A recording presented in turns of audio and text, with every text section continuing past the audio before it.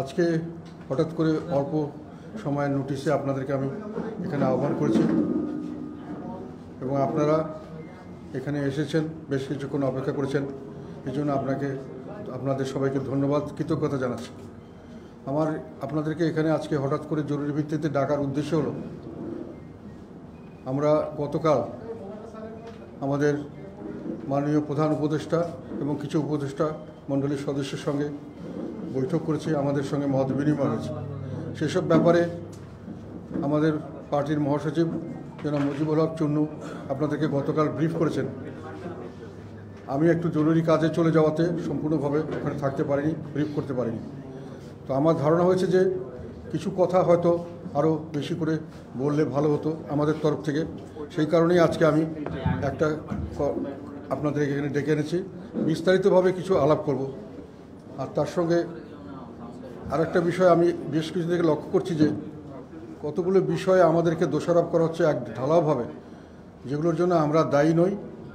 আমরা কোনোভাবেই জনগণের পক্ষের বাইরে কোথাও কোনো সময় ছিলাম না, জনগণের সঙ্গে ছিলাম, জনগণের পক্ষে ছিলাম, জনগণের সঙ্গে আছি, জনগণের পক্ষে আছি, থাকবো ভবিষ্যতে। এবং এইসব বিষয়ে যেগুলো কথা অবতারণা করা হয় আপনারা অনেকে জানেন সাংবাদিক হিসাবে, সেগুলো বিষয়ে আমি আমার বক্তব্য তুলে ধরতে চাই। এখন একটা সময় এসছে, আমি মনে করি জাতীয় পার্টির রাজনীতি নিয়ে আমরা সামনে এগিয়ে যাব, দেশের জনগণের সেবায় নিজেদের নিয়োজিত করব। আমরা সেই অবস্থা থেকে এখন আমরা এসেছি। আমাদের প্রতি ভুল বুঝাবুঝি যদি কারো থাকে, আমরা চাই না এগুলো আপনাদের মধ্যে থাকুক বা জনগণের মধ্যে আমাদের সম্পর্কে যেটা সত্য নয় এরকম কোনো ধারণা থাকুক। সর্বপ্রথম কথা হলো, কালকে আমরা যখন আমাদের প্রধান উপদেষ্টার সঙ্গে দেখা করতে ওখানে গেছি, ওনারা আমাদেরকে অত্যন্ত উষ্ণ অভ্যর্থনা করেছেন। আমরা তাদেরকে ধন্যবাদ জানিয়েছি আমাদের আমন্ত্রণ জানানোর জন্য।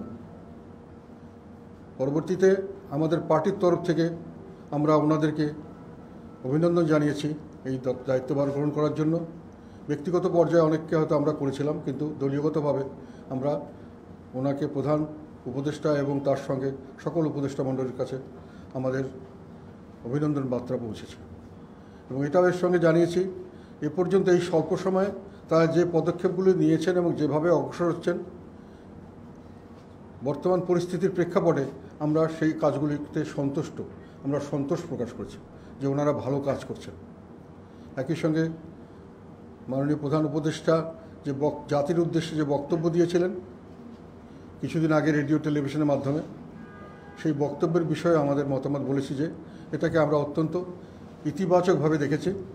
উনি খুব অল্প কথায়, প্রাঞ্জল ভাষায়, সুন্দরভাবে ওনার বর্তমান প্রেক্ষাপট, কী প্রেক্ষাপটে উনি ক্ষমতা এসছেন, ক্ষমতা গ্রহণ করতে হয়েছে, এখন ওনার সামনে জনগণের চ্যালেঞ্জ কী, জনগণের প্রত্যাশা কী, কী কী সমস্যা উনি ফেস করছেন, কিভাবে সমাধান করছেন, সামনে কিভাবে অগ্রসর হবেন এবং শেষ পর্যন্ত কিভাবে উনি ক্ষমতা ছেড়ে চলে যাবেন, এটার সম্পর্কে উনি মোটামুটি একটা রূপরেখা দিয়েছেন।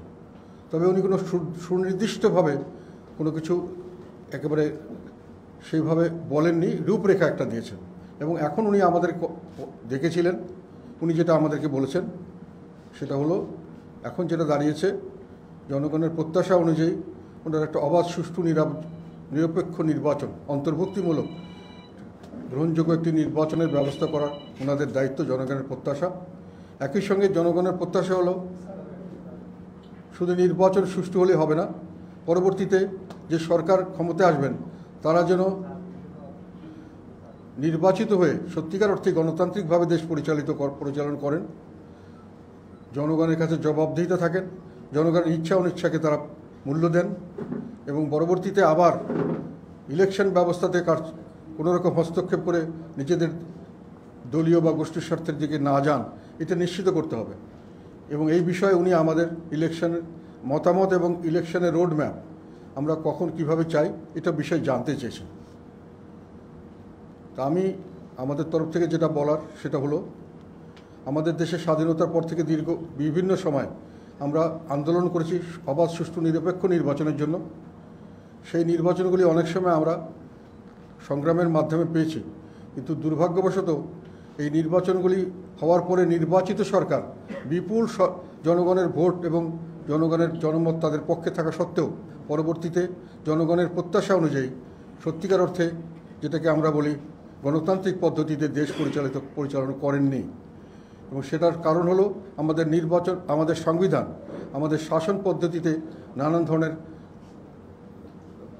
ত্রুটি আছে, যেটা আমরা লক্ষ্য করেছি, যার কারণে এক ব্যক্তির হাতে, প্রধানমন্ত্রীর হাতে সমস্ত ক্ষমতাকে কেন্দ্রীভূত করা হয়েছে এবং প্রধানমন্ত্রীর শুধু রাষ্ট্রীয় স্তম্ভের মধ্যে নির্বাহী বিভাগ নন, তার অধীনে আমাদের সংসদ 100% এই দুটো তার অধীনে, এবং বিচার বিভাগ প্রায় বলা যায় শতকরা 95 থেকে 99% নিয়ন্ত্রণ করতে সক্ষম হন।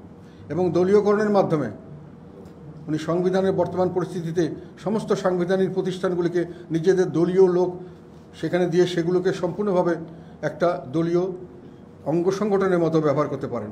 জনগণের কোনোখানে আশ্রয় নেওয়ার জায়গা থাকে না। সেই কারণেই জনগণ এটা চেয়েছে, আমরা এর সঙ্গে একমত।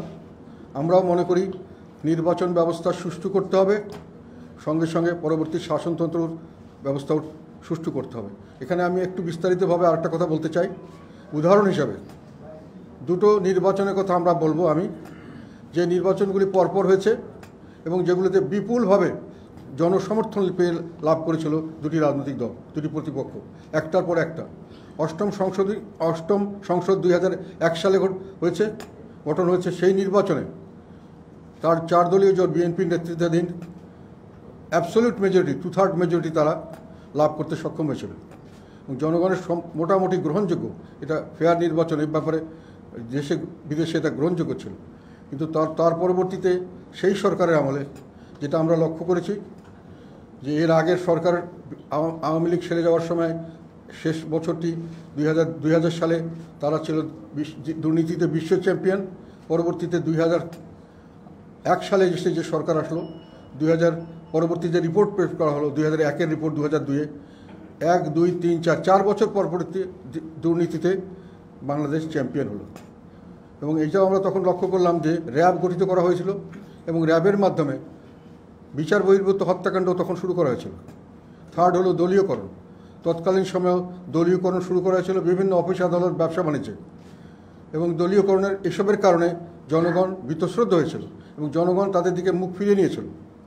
সেই সময় সবচেয়ে বড় সমস্যা হলো দলীয়করণের মাধ্যমে তত্ত্বাবধায়ক সরকার ব্যবস্থায় নিজেদের মানুষকে ঢুকিয়ে বিভিন্নভাবে সেখানেও তাদের দলীয় প্রভাবে নিজের দিকে আনার একটা প্রচেষ্টা লক্ষ্য করা গেল। তার বিরুদ্ধে আন্দোলন হলো এবং পরবর্তীতে 11 সরকার হলো এবং তারপরে পরবর্তীতে আবার একটি নির্বাচন হলো 2008 সালে তত্ত্বাবধায়ক। সেই নির্বাচনটিতেও বিপুলভাবে জনগণ সমর্থন দিয়েছিল। তৎকালীন আমরা মহাজোটে ছিলাম, তখন আওয়ামী লীগকে সরাসরি 2/3 মেজরিটির বেশি জনগণ দিয়েছিল একটি ফেয়ার ভোটে, এবং সেখানে কিন্তু বিএনপির অবস্থান অনেক নিচে নেমে গেছিল। ফেয়ার ভোটে 30টি আসন, আমাদের ছিল বোধহয় 27টি আসন।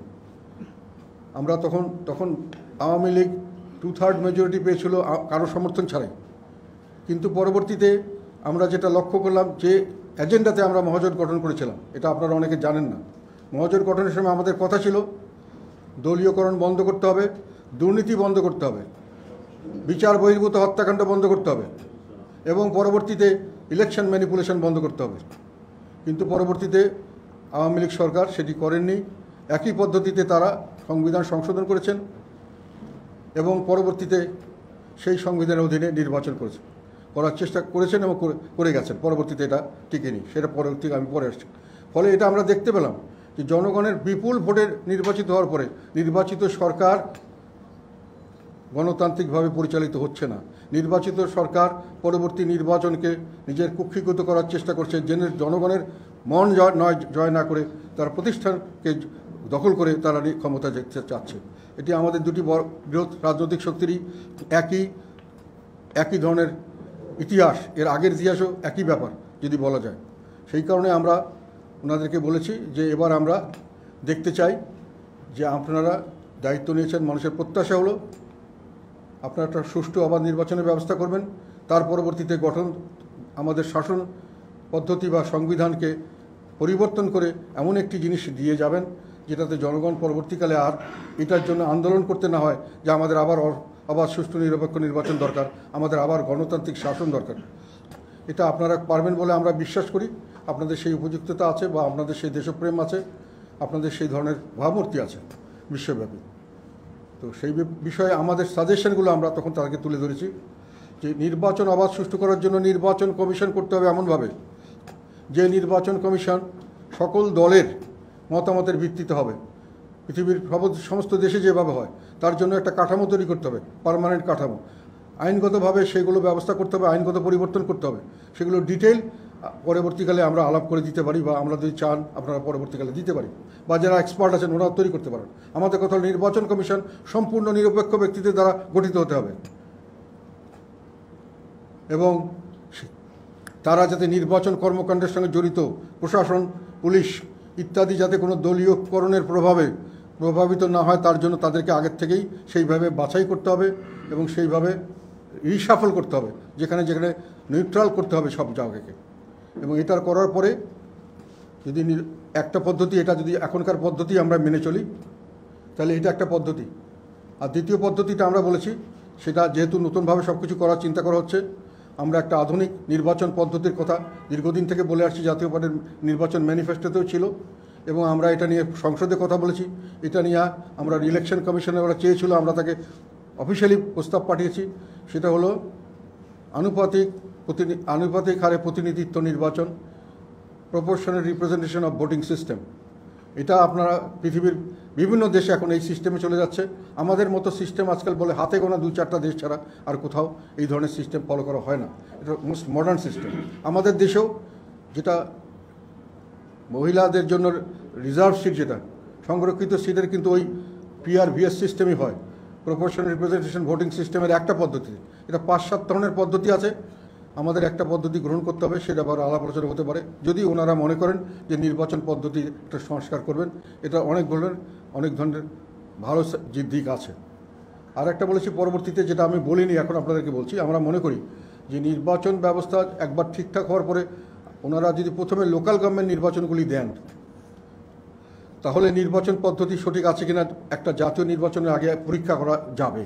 যদি লোকাল গভর্নমেন্ট নির্বাচনগুলি, সিটি কর্পোরেশন নির্বাচন, উপজেলা নির্বাচন, যেগুলো পরবর্তীতে তারপরে যদি ন্যাশনাল নির্বাচন দেন তাহলে মোটামুটি রাজনৈতিক দলগুলি বুঝতে পারবে যে নির্বাচন পদ্ধতি কতটুকু সঠিক হয়েছে, বা না হলে সেটা কারেকশন করার একটা সুযোগ থাকবে। তো নির্বাচন ব্যবস্থা আর আইন কিছু চেঞ্জ করতে হবে। নির্বাচনী আইনের যে কতগুলো ব্যাপার আছে, যে সরকারি কর্মকর্তারা সম্পূর্ণভাবে নির্বাচন কমিশনের আওতাধীন থাকবে ওই নির্বাচনকালীন সময়। পৃথিবীর সব দেশে আছে, আমাদের দেশে সংবিধানও আছে।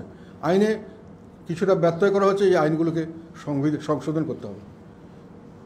এটার পরে আসলো আমাদের সংবিধান সংশোধনে আমরা যেটা বলছি, যেহেতু এক কেন্দ্রিক শাসন ব্যবস্থা চালু করা হয়েছে, যার ফলশ্রুতিতে আজকে আমরা ফেসিবাদ অথবা নায়কতন্ত্রবাদ অথবা একদলীয় শাসন দেখছি, বিভিন্ন সময় স্বৈর শাসন দেখছি।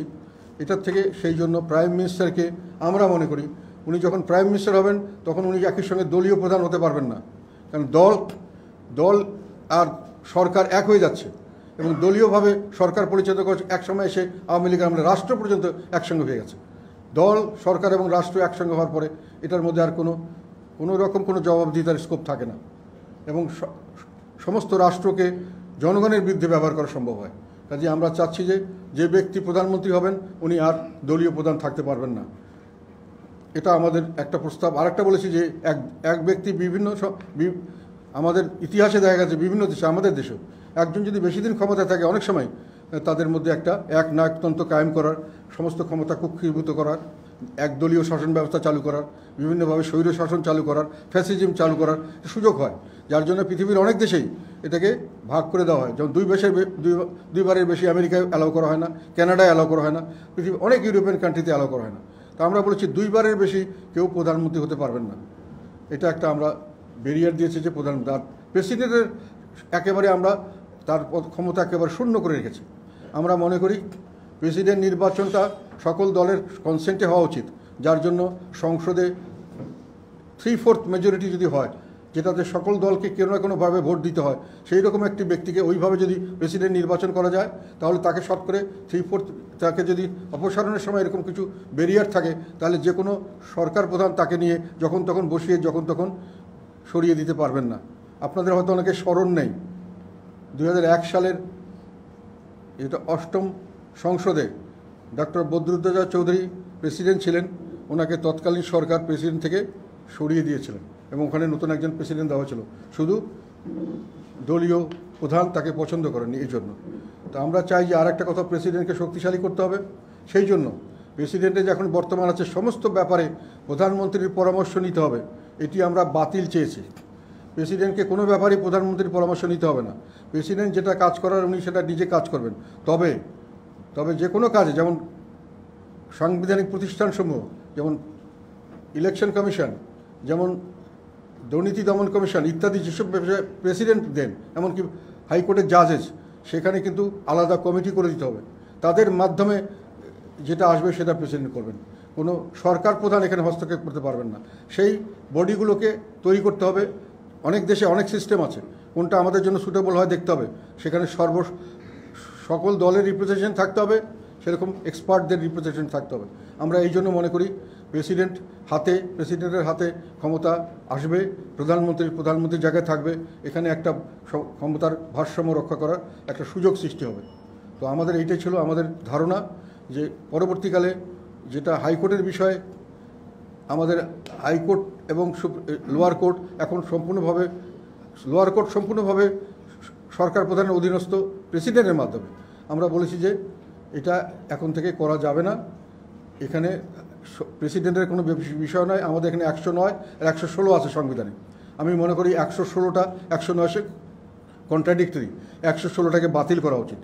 এটাকে বাতিল করা উচিত। প্রেসিডেন্টের এখানে হস্তক্ষেপ করার কিছু নেই, এগুলো ক্ষমতা চিফ জাস্টিসের কাছে নেওয়া উচিত, লোয়ার কোর্ট। আর হায়ার কোর্টের ব্যাপারেও যেটা আমি মনে করি, যেটা তাদের অ্যাপয়েন্টমেন্টের ব্যাপারগুলো প্রেসিডেন্ট দিবেন, কিন্তু একটা সুপ্রিম জুডিশিয়াল কাউন্সিল বা কোনোখান থেকে পাশ করে নিতে হবে যে এই লোকটি সেই জাজ হওয়ার উপযুক্ত কিনা, এবং তাদেরকে প্রপার কোয়ালিফিকেশান ফিক্স করে দিতে হবে। ইলেকশন কমিশনের ব্যাপারেও একটা কথা বলে দিই, ইলেকশন কমিশনের কমিশনার যারা হবেন তাদেরও একটা মিনিমাম কোয়ালিটি থাকতে হবে, লেখাপড়া এবং তাদের আদারওয়াইজ সোশ্যাল গ্রহণযোগ্যতার একটা মিনিমাম ক্রাইটেরিয়া, এগুলোর জন্য আমরা সাজেস্ট করেছি এগুলো একটা আইন করে এটা করা উচিত। আর এখানে তাহলে হলো সংবিধান সংশোধনের মধ্যে আরও ডিটেলভাবে বলতে গেলে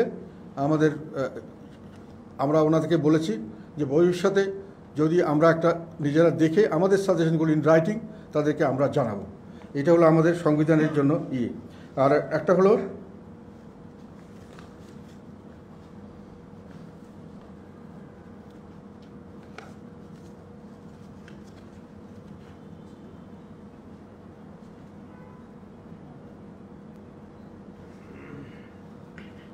আরেকটা কথা আমাদেরকে অনেকে প্রশ্ন করেছিলেন এবং অনেকে এখনও চিন্তা করছেন যে সংবিধান কি নতুন করে লিখতে হবে নাকি সংবিধান সংশোধন করা সম্ভব। আমার জানা মতে পঞ্চদশ সংশোধনী করে আমরা যেটা তত্ত্বাবধায়ক সরকার ব্যবস্থাকে বাতিল করা হয়েছিল, এটা করা হয়েছিল 2008-এর নির্বাচনের পরে সংসদে। পঞ্চদশ সংশোধনীতে সেখানে তত্ত্বাবধায়ক সরকার বাতিল সহ আরও অনেক জিনিসকে ওখানে ইনক্লুড করা হয়েছে।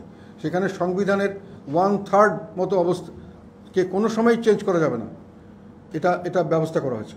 কাজেই সংবিধানের সেই পঞ্চদশ সংশোধনী বহাল রেখে আপনি কোনো সংশোধন করতে পারবেন না। পঞ্চদশ সংশোধনীকে বাতিল করে তাহলে হয়তো সংবিধানের সংশোধন দরকার, না হলে নতুন সংবিধান রচনা করতে হবে। সেখানে যথেষ্ট গ্রাউন্ড আছে আমরা জানি, এবং এটাকে আমি জানি না কেউ মামলা করছেন কিনা। মামলা করলে পঞ্চদশ সংশোধনী অবৈধ হওয়ার সম্ভাবনা আছে। আমি নিজে বিভিন্নভাবে স্টাডি করে যেটা দেখেছি ওটা ওনাদেরকে জানিয়েছেন, যে এটা হলো যে পঞ্চদশ সংবিধানের কিছু অংশ চেঞ্জ করা যাবে না, এটা কোনোখানে গ্রহণযোগ্য হতে পারে না। এক সংসদ আরেক সংসদের রাইটকে কোনো সময় কার্ভ করতে পারে না। আর 2 নম্বর হলো সবচেয়ে বড় কথা, যে প্রসিডিয়ার, এটাকে একটা গণভোট করার কথা ছিল, সেই গণভোটের ব্যবস্থা করা হয়নি, যার জন্য এটাকে ডিফেক্টিভ তার আগে নিয়ম ছিল যে সংবিধান সংশোধন করতে গেলে গণভোট করতে হবে। এখন বলা হচ্ছে এখন যে সংবিধান 75-এর পরে আর গণভোটের প্রভিশন রাখা হয়নি, ফলে প্রভিশন যখন ছিল তখন করা হয়েছে, কাজেই গণভোট করা আমি মনে করি করা দরকার ছিল। এটা না করে তারা টেকনিক্যালি মিস্টেক করেছে। কাজে পঞ্চদশ সংশোধনী বাতিলযোগ্য, বাতিল হলে সংবিধান সংশোধন সম্ভব, বাতিল না হলে নতুন সংবিধান বানাতে হবে।